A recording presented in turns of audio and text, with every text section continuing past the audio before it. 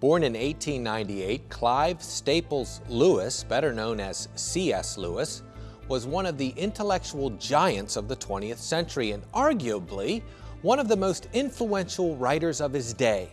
He wrote more than 30 books, allowing him to reach a vast audience. The Narnia stories sold over 100 million copies and were transformed into 3 major motion pictures.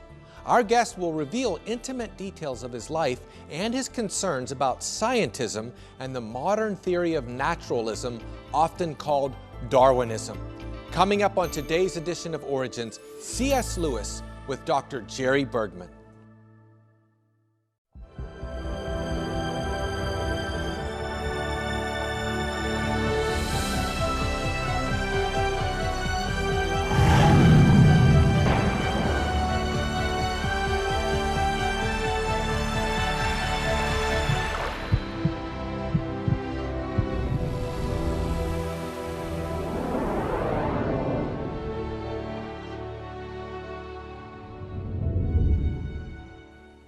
Hello and welcome to Origins. I'm Ray Heipel.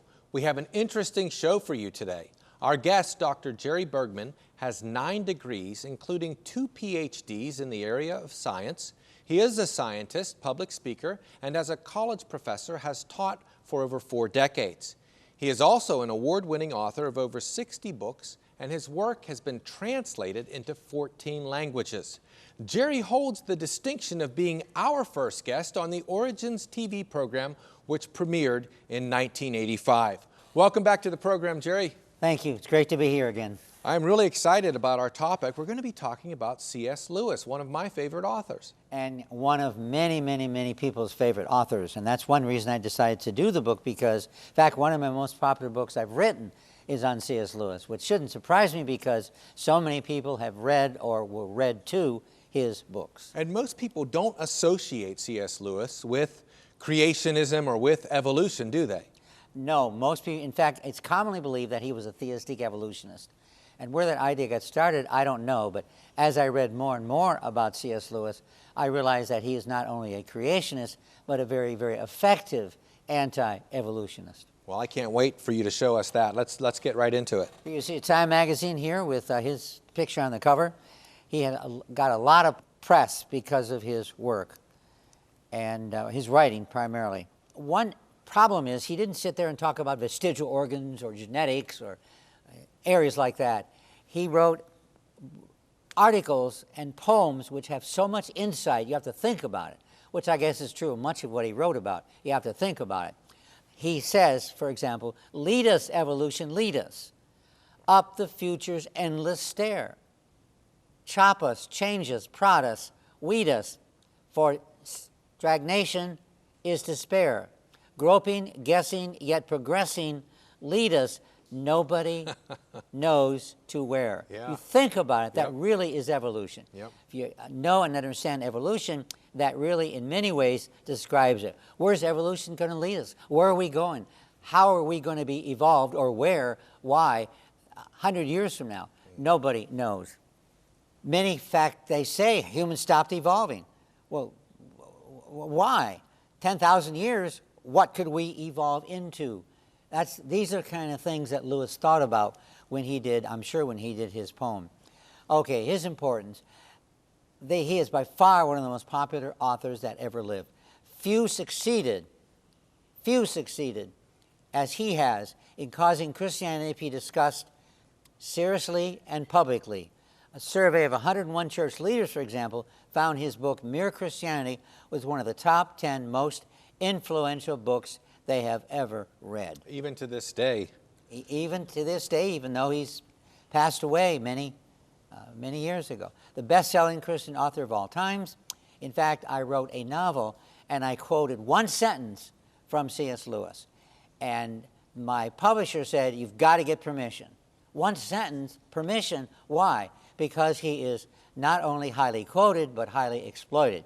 So you want to make sure that you don't upset his supporters, because you got to make sure the sentence is okay. So I wrote in, got the address and so on, and was given permission to use this one sentence, which was kind of nice. But Anyways, during the war, World War II, he reached an audience of 600,000 people, which, of course, eventually he incorporated into his books. Mere Christianity primarily, and that is available now in many, many different languages and different editions. One problem in doing C.S. Lewis, writing about him, is because so many things he said are in so many different editions of different books by different publishers. And so when I quote the book that I got it from, somebody said, well, I looked it up in my book and I couldn't find it. Well, you have a different edition. So that was a problem. And Narnia, of course, very, very well known, very famous. Chronicles of Narnia, picture here. He wrote about 9 books and 30 essays exploring science, just science, and its impact on modern culture. Produced 49 major titles from 1919 to 1967, including some published in other languages. So his output was, for a professor, he was a full-time professor, his output was enormous. Now, he wasn't married, so all he had to concern himself with was his writing. And his brother he lived with for many years, who was, of course, very helpful in his work he was doing. Here's a few examples of books that he written. I have a library of C.S. Lewis books, and it's a whole bookcase full of his books as well as books written about him. So it's huge. There he is, you can see, working hard, writing. He's a professor for about 40 years. So basically, that's what he did his living. But his writing was kind of extra. But I have a feeling he spent more time writing than he did teaching his classes. What did he do? What did he teach? Well, medieval and early modern English literature at Oxford first and then Cambridge. Oxford did not appreciate his work nearly as much as he felt they should have. Well, they just didn't go along with his ultra-conservative Christianity. So he ended up transferring to another school because they did finally give him tenure and gave him the awards he felt, and we feel, necessary. And there you can see his undergraduate picture. He believed in argumentation and disputation, discussing what good teachers do. They stress this idea. What do you think? What do you think of my idea? But he believed the main business in life, got that, was a bold hunt for truth. The main business. And that's an interesting philosophy, I think, partially because that has been my main business, and I'm told that's been one of your main businesses in life, is to bold hunt for truth. Amen. That's what our Lord said. He came to bear witness to the truth, and everyone who is of the truth hears his voice. That should be something that we all are seeking to understand and know and live in the light of. You think that learning would be foremost in most people's mind. Unfortunately, we have to spend so much time doing other things that it can't be. But I had a student when I was teaching at the college, and no matter what I taught, he was in my class. Biochemistry, he was there. Anatomy and physiology, he was there. Forensics, he was there. And I asked him why. He was a pilot, so he had a lot of time off. He wasn't flying the plane 24 hours a day. So I asked him, he said, I just love to learn. I just love biochemistry. I love to learn, period. You teach it, you're a good teacher. I enjoyed your classes. So there he was. He was a good student, and I enjoyed having him in class, so it wasn't a problem. But he feared science would lead us to a rejection of absolute standards and rejection of traditional values.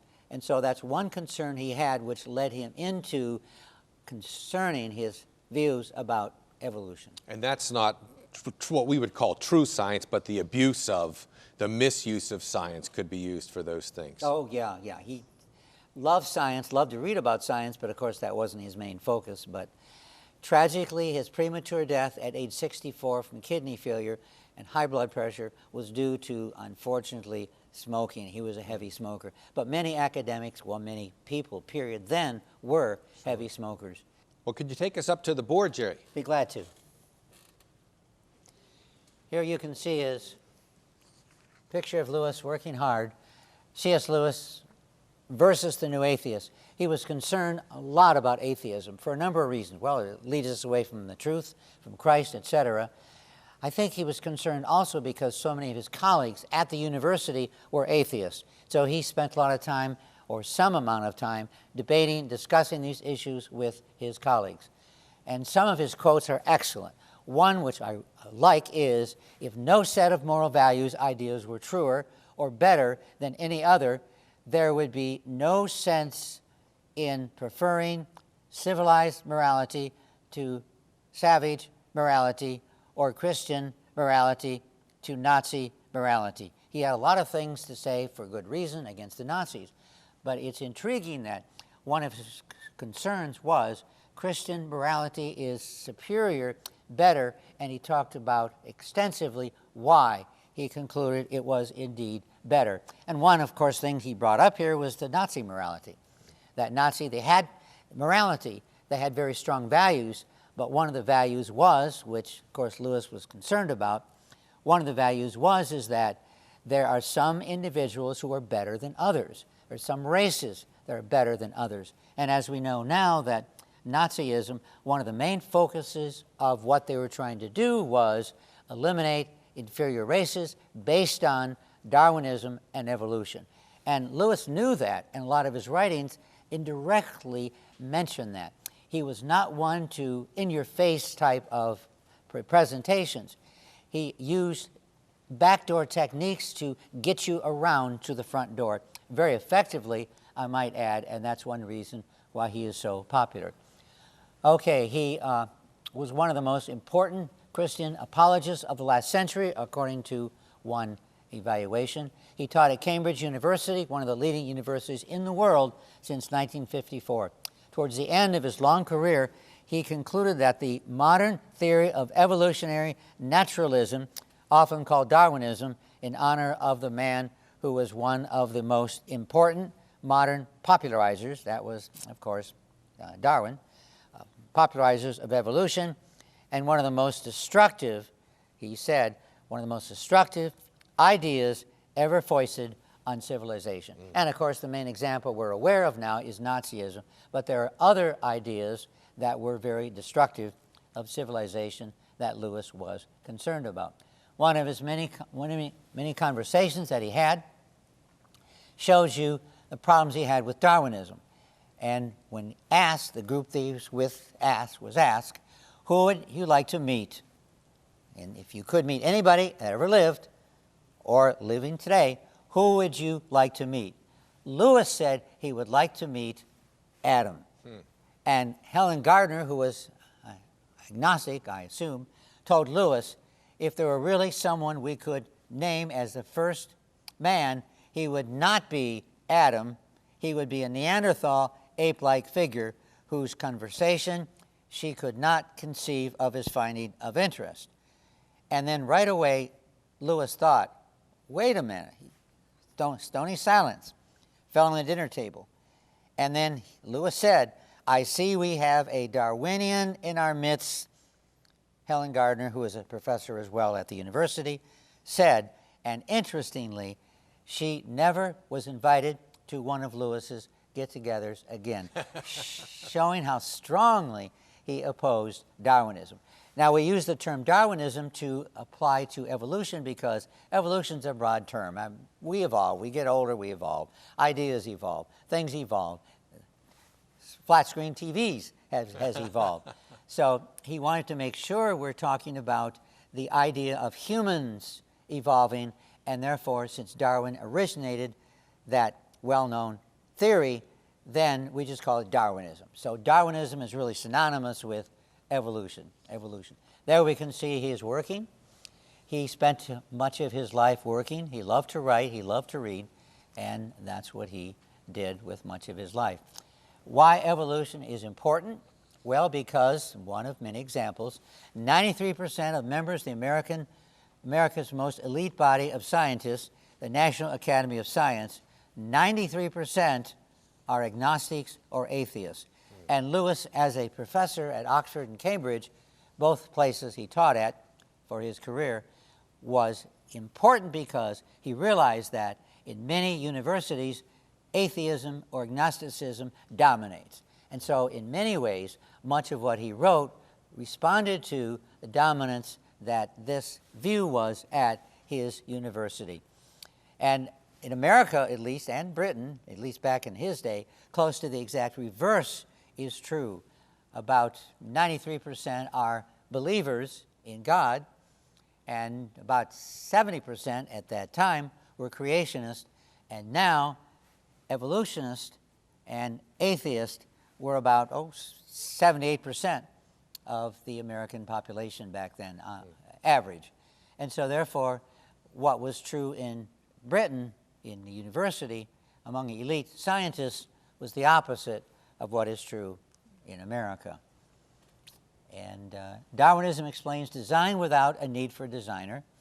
Thus, if you accept Darwinism, no reason longer exists to believe in God. So Darwin knew this, and Lewis knew this.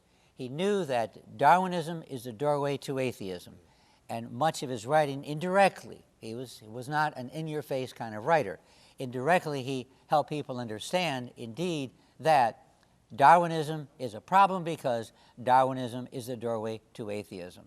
And therefore, he was concerned. But again, he was tactful. He was not one to in your face, so to speak. He was very effective in explaining why there was a concern in his mind and the mind of other people. Many things that he said, again, show so much insight. And this is one of my favorite, one of the favorites, period, of many people. I believe in Christianity as I believe the sun has risen. Not only because I see it, the sun has risen, but because by it, the sun, I see everything else. And so he believes in the sun because it shows the world, we can see it. He believes in Christianity because by Christianity, he can see everything else. And so a lot of insight into so much of what he had to say, and that's, of course, one of many examples. Experience is very important, but experience, he said, is that most brutal of teachers. But you learn, my God, do you learn from experience? And indeed, I'm sure many things in your life, or at least some things, you learn because of experiences. I find one of the most effective ways of me learning is by embarrassing myself. So many times I've done things embarrassed by such, and boy, that's really very effective. That's when you learn a lesson, as we say, right? Not mean, not cruel, but just I'm embarrassed. And that really helps wake me up. And so Lewis had this insight which we can see, we can recognize today. Some of the books about Lewis, this is a whole set. So not only did Lewis write a lot of books, but a lot of books were written about C.S. Lewis. And for Christians who question the idea that evolutionary science and God as creator are in conflict, he said, these beliefs can easily and faithfully be held together, some people claim. C.S. Lewis and others are examples of respected evangelical scholars who have openly affirmed evolution and hold a high view of biblical authority.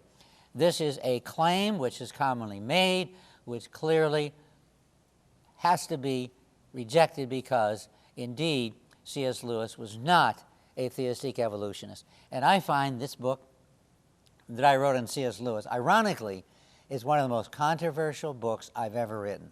I have books on Hitler and so on, and in fact, I have one on Darwin.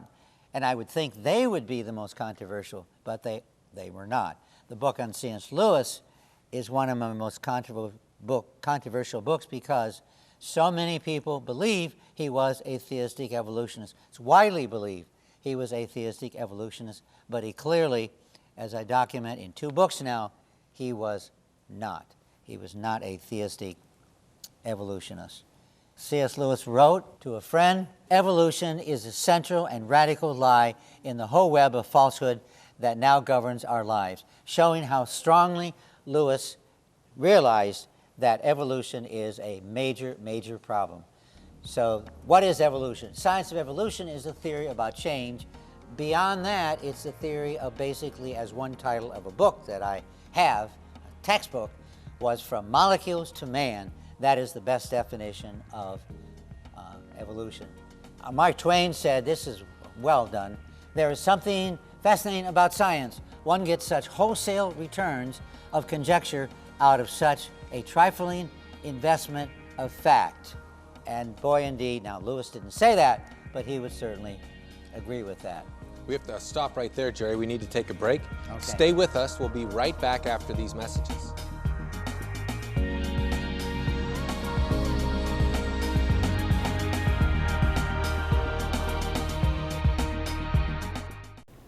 We hope you're enjoying Origins TV. It all started at Cornerstone Television in Pittsburgh, Pennsylvania. We've been producing new episodes for over 37 years now. We praise God for the success of the program and are excited to introduce you to Origins and to us. If you're interested in watching more episodes of Origins, you can find them on our YouTube page.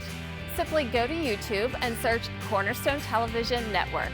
Click the like and subscribe buttons, then you'll find the best episodes of Origins in our playlist.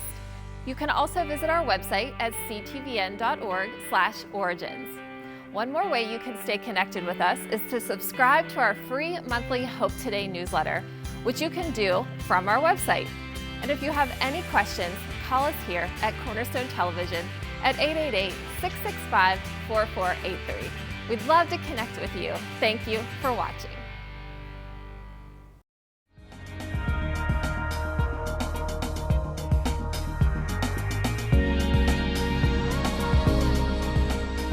Welcome back to Origins. We're talking to Dr. Jerry Bergman, who's been sharing with us about C.S. Lewis. Dr. Bergman, before you came on the show, I wasn't aware of C.S. Lewis's strong stance against evolution. A lot of people are not, unfortunately, and hopefully with my writing, a lot of people will now become aware of what he believed about evolution. So, and the problem of science, and this is interesting quote because we can see in the past couple of years this really applies to the world. And I'll read the quote. "This concern for science was," a poem, Dimer.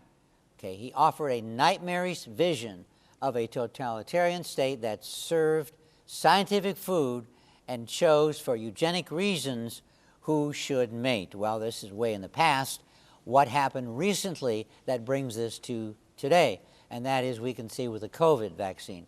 So many rules came down the pike that we now know are problematic.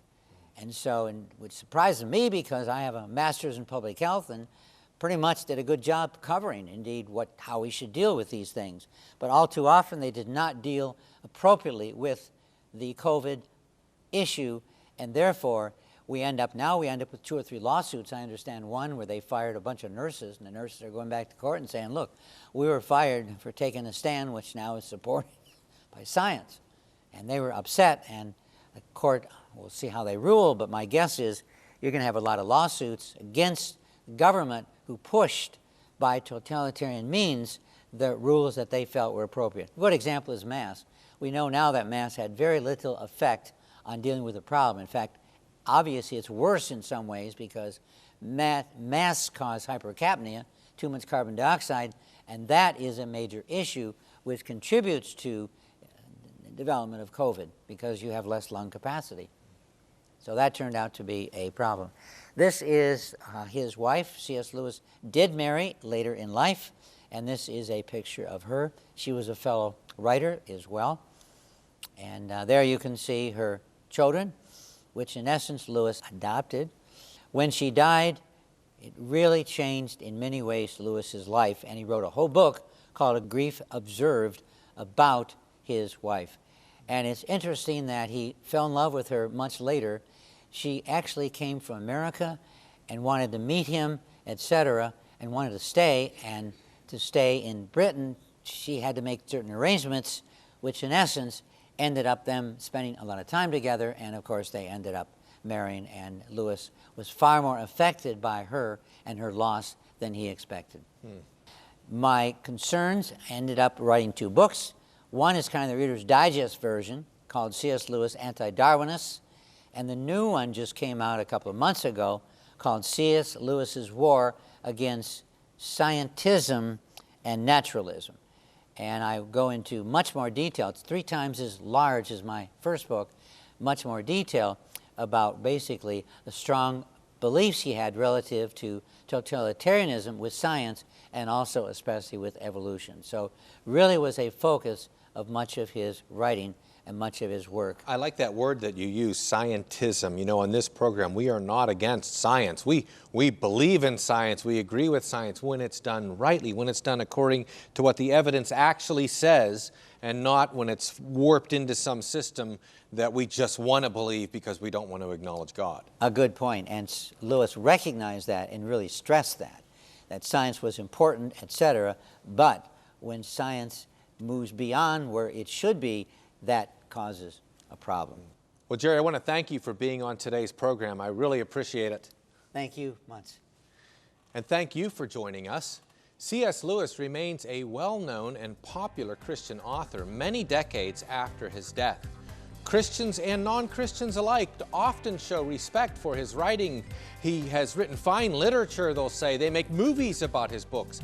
And yet Lewis is almost always held by both believers and unbelievers to be an evolutionist, or at least to be friendly to evolutionary theory. And yet what we saw on today's program, from the facts of his life and from what he actually wrote, is that nothing could be further from the truth. Lewis foresaw the danger and the incompatibility with Darwinian evolution and the Bible, and he often spoke against it in the strongest terms. He believed that the creation itself bore witness to a divine creator, and he often wrote making those points. It just goes to show you that we know what the Bible says is true, and the proof, it's all around you.